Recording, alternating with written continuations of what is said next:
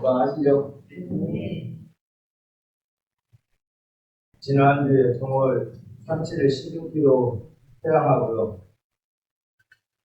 마음이 좀 홀가분해졌었는데 바로 그 몇 시간 돼갖고 이렇게 소화로 돼 있고요. 이번 주에 또 15일 날에 방생법회도 가야 되고요. 방생법회 갔다 오고 나면은 4월 달에 또 산신제일 날 또 산신기도 가야 돼요. 산신기도 갔다 오고 나면은 바로 이제 5월 달에 쪽팔을 준비해야 됩니다. 쪽팔도 지나고 나면은 또 바로 백중이에요. 백중 20일기도 또 들어가야 되는데.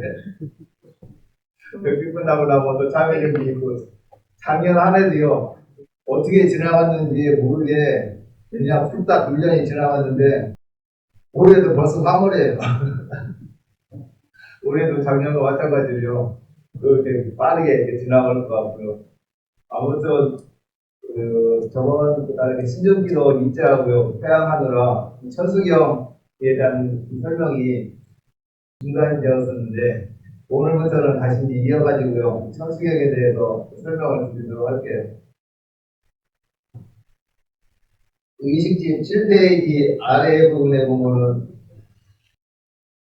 천수천안 반전제보살 방배엄만 그의 대미신 대다라니 처음했었는데 덕을 붙이면은 천수경 제목이라고 설명을 드렸어요. 그래서 천수천안은 1000개의 손과 1000개의 눈, 그러니까 꼭 1000개의 손과 1000개의 그 눈이 아니라 한정되어진 숫자가 아니라 한량없는 손과 눈의 표현으로요. 관세음보살님이 그만큼 중생 제도에 마음을 쓰시고 그만큼 중생 제도에 뛰어난 능력을 가지고 있다는 것을 상징하는 표현이라고 말씀을 드렸어요. 그리고 다음에 이제 반자제보살은 산스크리트어로 아왈루프체소하라인데 이 아왈루프체소하라의 뜻을 살펴보면요. 아왈루프체는 아래를 내려다보는 굽어서 이렇게 굽어서 살펴보고 있다는 그런 반한다는 뜻이고 소하라는 신의 의미예요. 그래서 아래를 굽어서 살펴보고 계신 신, 그러니까 아래를 굽어서 살펴보고 계신 자란 그러한 그 의미이고 그래서 이 아왈루프체소하라도요 AD 4세기경 중국의 역경가이신 부마르스 스님께서는 중생들의 여러 가지 고통에 찬 소리를 눈으로 보듯이 살피고 해결해 준다는 의미로서 반세 의무론이라고 번역을 했고요. AD 7세기경에 당나라 때 현장 스님께서는 중생의 근기를 살펴서 구제하는데 자유자재하다는 그런 의미로서 관자재로 번역을 했다고 설명을 드렸어요. 근데 특히 이 현장 스님께서요, 이미 구마라 스님께서 관세음보살이라고 이렇게 번역을 해놨는데, 현장 스님께서는 왜 그 번역을 따르지 않고 다시 관자재라고 이렇게 번역을 했나고 설명을 드리면서는 가장 큰 이유가 피휘라고 했죠. 피휘라고 해서 이제 그 당시에 당나라 때 이제 풍습이요. 높은 사람의 이름을 직접 부르거나 글을 쓰는 데 있어서 그 높은 사람의 이름이 있는 한자를 사용하는 것을 피하는 것을 피희라고 했어요. 그런데 당시 당나라 방태종의 그 송영이 새미녀, 세상 세자 대승민자를 써서 새미녀이기 때문에 방태종의 이름이 세자를 글을 쓰는 문장에 끼워서 쓰는 것을 꺼려하고 피했기 때문에 관세음보살님 할 때 가운데 세자가 들어가잖아요. 그 세자가 방태종의 이름 세자하고 겹치니까는 그 세자를 쓰는 것을 피하기 위해서 반자재보살이라고 이렇게 번역을 했다고 설명을 드렸었어요.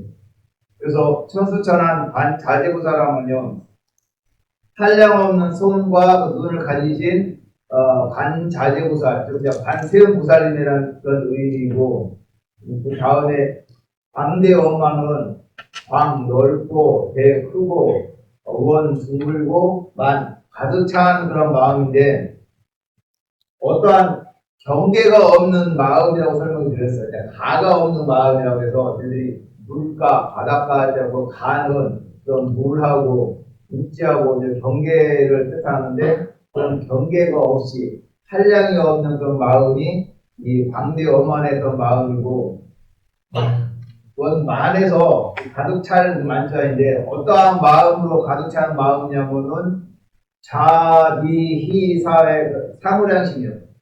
그리고 또 모든 중생을 제도하고 모든 번뇌를 끊고 모든 부처님의 가르침을 배워서 깨달음에 이르겠다는 그 큰 사원서원, 이 사원서원의 마음으로 가득 찬 마음이 광대 원만한 그 마음이라고 설명을 드렸습니다.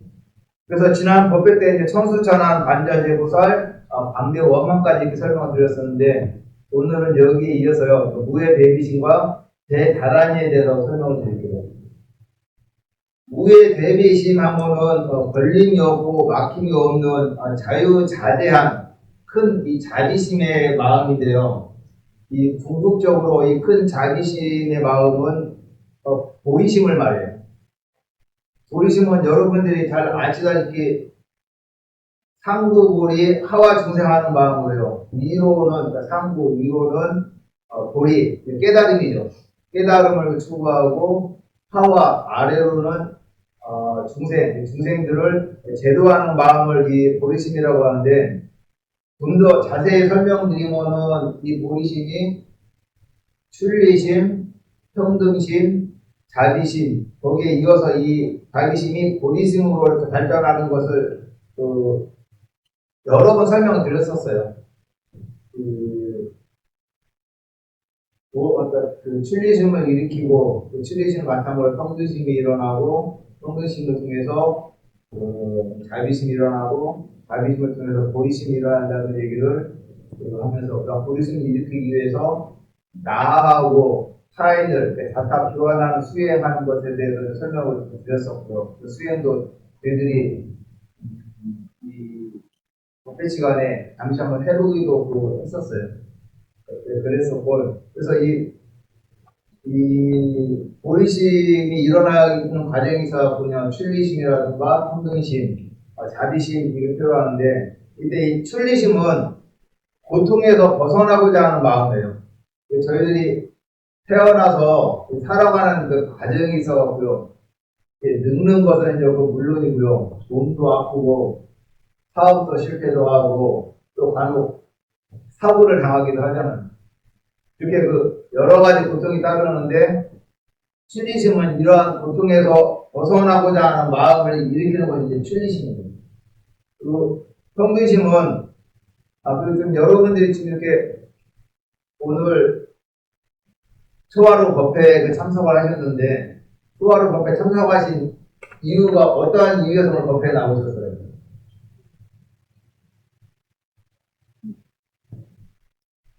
생활을 하시는 데 있어서 여러 가지 이제 고통이 있고 어려움이 있으니까는 그러한 그 고통하고 어려움을 불구사님께 공약을 올려드리고요. 그런 고통을 불구사님께 해결해 주십시오라고 하는 그런 간청하는 마음으로 이 법회에 오셨잖아요. 이처럼 이러한 어떤 고통에서 벗어나고자 하는 그런 마음을 일으키는 것이 이제 출리심이 되겠어요. 출리심이 일어나게 되면은 모든 다른 중생들을 평등하게 보는 나와 똑같다고 이제 보는 그런 마음들이 일어나게 돼요. 내 자신이요 이러한 고통에서 벗어나고자 하는 것처럼 나 또한 다른 중생들도 그러한 고통에서 벗어나고자 하는 마음을 갖고 있다는 것을 알고 또 내 자신이 이러한 고통받기를 싫어하는 것처럼 다른 중생들, 다른 사람들도 그와 마찬가지로 똑같이 어떠한 고통받기를 싫어하는 마음들을 다 갖고 있어요. 그래서 나와 같이 다른 사람들도 이러한 고통에서 고통받기를 싫어하고 이런 고통에서 벗어나기를 원하는 똑같은 그런 마음을 다 갖고 있다는 것을 알고 그래서 타인의 다른 중생들의 고통을 나의 고통으로 여기는 그런 마음이 이제 평등심이에요. 그런 평등심이 바탕이 되면 어떠한 마음이 일어나면은 자비심이 일어나요. 그래서 내 자신이 그러한 고통에서 벗어나고자 하는 것처럼 다른 중생들도 그러한 고통에서 벗어나고자 하는 그런 마음이 있고 또 그러한 다른 중생들을 이렇게 생로병사의 고통, 특히 육도 윤회의 고통에서 구제하고자 하는 마음을 일으키는 것이 이 자비심이에요. 동체 대비심이라고 해요. 이 다른 중생들의 그러한 그 마음이 다른 중생들을 나와 같이 똑같이 즐겨서 대비심, 또 불쌍히 여기는 마음으로 그런 중생들을 구제하고자 하는 그런 마음이 이제 자비심이 되겠습니다. 그래서 이렇게 출리심, 평등심, 자비심이 이제 바탕이 되면은 보리심이 일어나요. 보리심은 조금 전에 말씀드린 것처럼 그 깨달음의 마음으로요. 나와 같이 이제 위로는 우리 이제 깨달음을 구하고 나와 같이 고통받는 중생들을 바르게 이제 구제하고자 하는 마음으로요. 그래서 구제하려고 하면은 어떠한 방식으로 다른 중생들을 구제할 수가 있고 또 어떠한 방식으로 내가 깨달음을 얻을 수가 있겠습니다. 그런데 보리심은 그래서 그 깨달음을 얻고자 하는 마음, 깨달음을 얻어서 다른 중생들을 구제하고자 하는 마음인데 그럼 어떻게 하면 깨달음을 얻을 수가 있고 어떻게 하면 다른 중생들을 구제할 수가 있겠어요?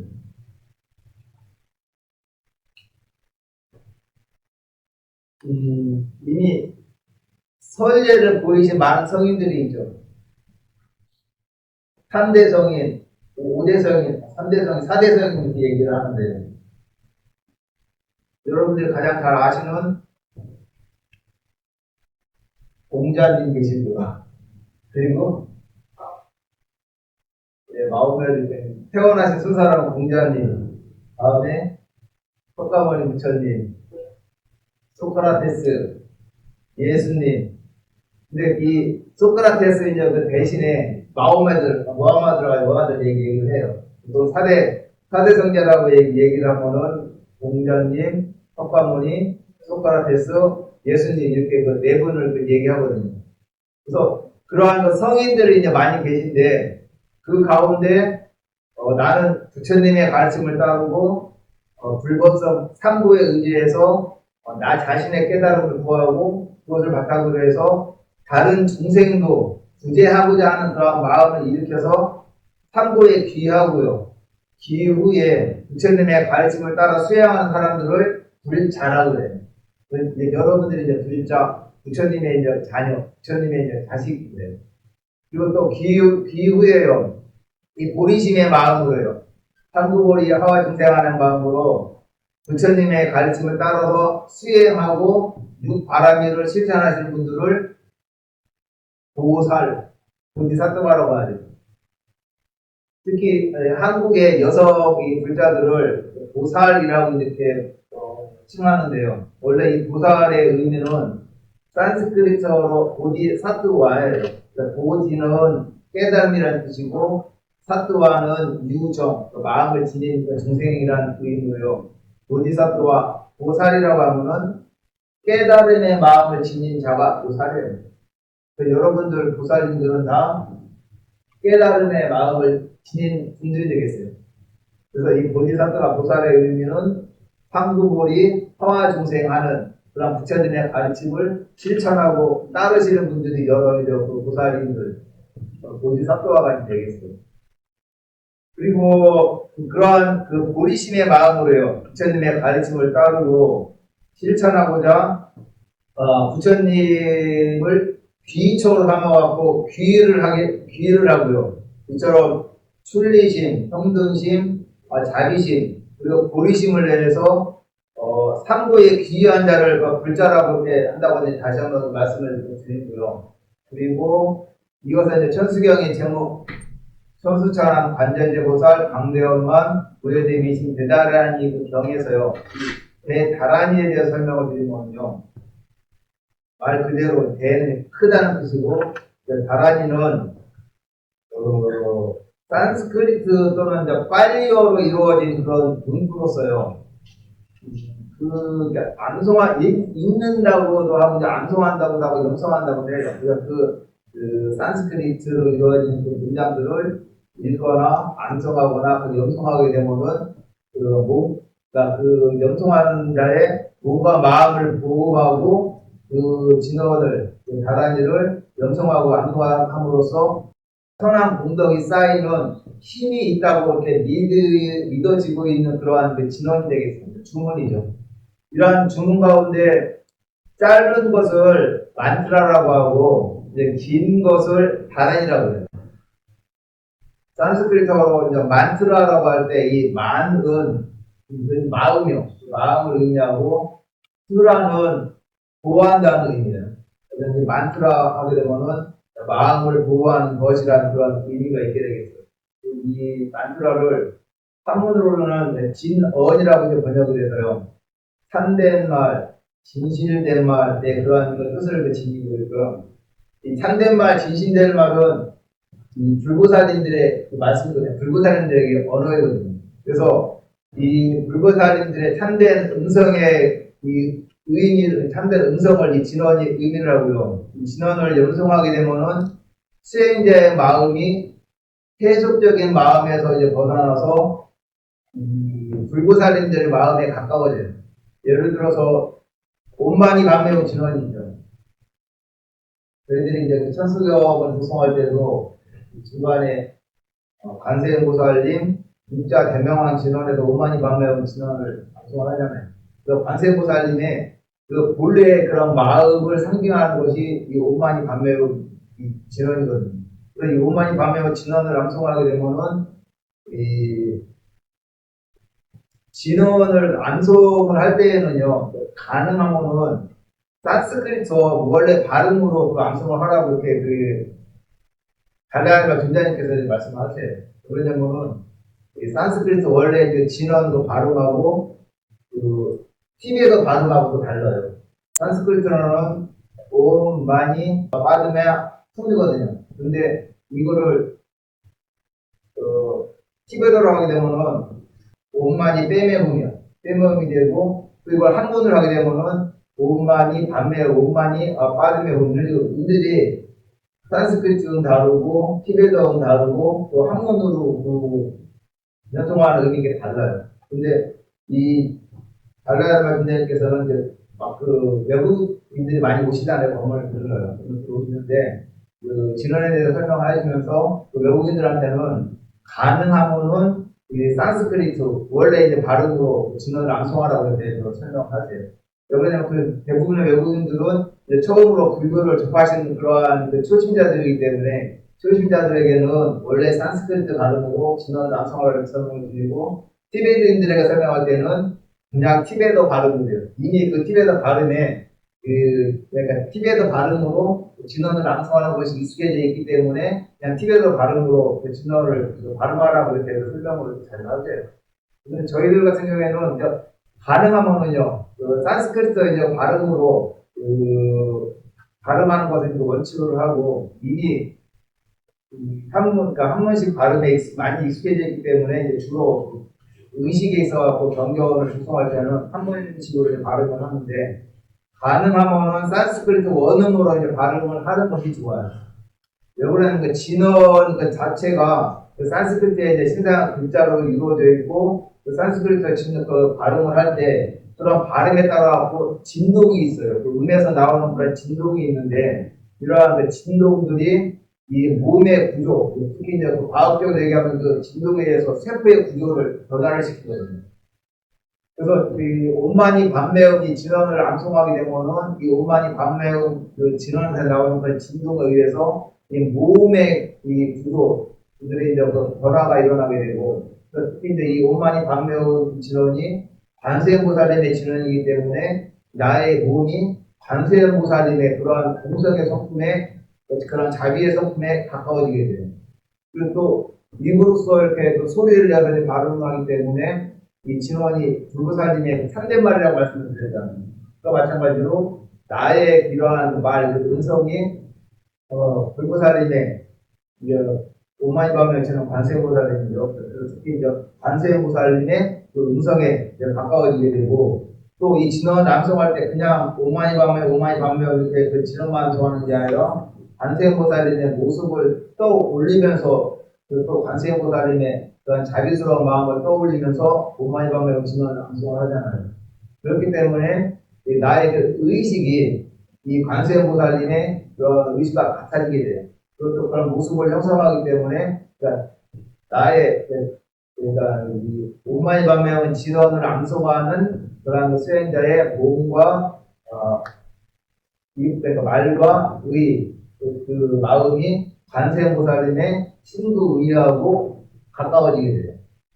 그래서 이렇게 그 진언을 암송하게 되면은 그 진언을 암송함으로써 그 불보살님들의 몸과 마음과 신부의에 가까워지기 때문에 이러한 방식으로서 만트라, 마음을 보호한다는 그러한 의미가 되겠어요. 그래서 진언을 암송하게 되면은 이 몸과 마음을 보호하고 또 진언을 암송함으로써 선한 공덕을 쌓을 수 있는 그러한 그 힘이 있고요. 다란이는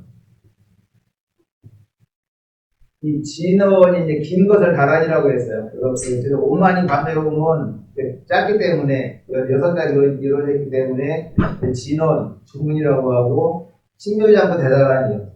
신묘장구는 내용이 길잖아요. 어떠한 내용들을 주로 설명한 것처럼 이렇게 긴 문장으로 되는 것을 다란이라고 해요. 여기 진언, 그러니까 만트라는 진언으로 번역을 했고, 다란이는 우주의 모든 지혜요. 그리고 부처님께서 설법하시는 모든 이러한 본분들을 다 담고 있다는 그런 의미로서 총지 또는 이 능지로 한문으로 이제 번역을 해요.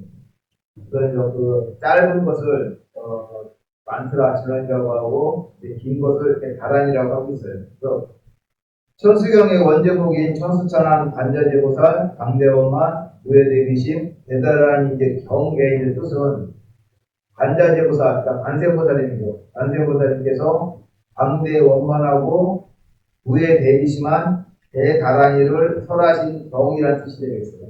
그래서 이제 여기서 이제 대다란이는 천수경 중에서도 가장 핵심 부분인 신부자고 대다란이를 말하는 건데요. 그래서 광대 원만하고 무에 대비심한 그러한 그 대다란이는 신부장구 대다란이가 되겠고, 천수경은 그러한 신부장구 대다란이를 관세음보살님께서 설하신 경이라는 그런 의미가 되겠습니다. 그래서 여러분들이 이 천수경을 독송할 때는요, 천수경 독송하는 중간 부분에 이렇게 해주십시오, 이렇게 되게 해주시라는 그런 원하는 부분들이 이렇게 나오지만은 가능하면은 천수경을 독송함으로써 여러분들의 모음하고요, 그리고 말하고 마음이 관세음보살님과 좀 더 가까워지기를 바라는 그런 마음으로서 천수경을 독송해 주시기를 부탁드립니다. 마치도록 하겠습니다.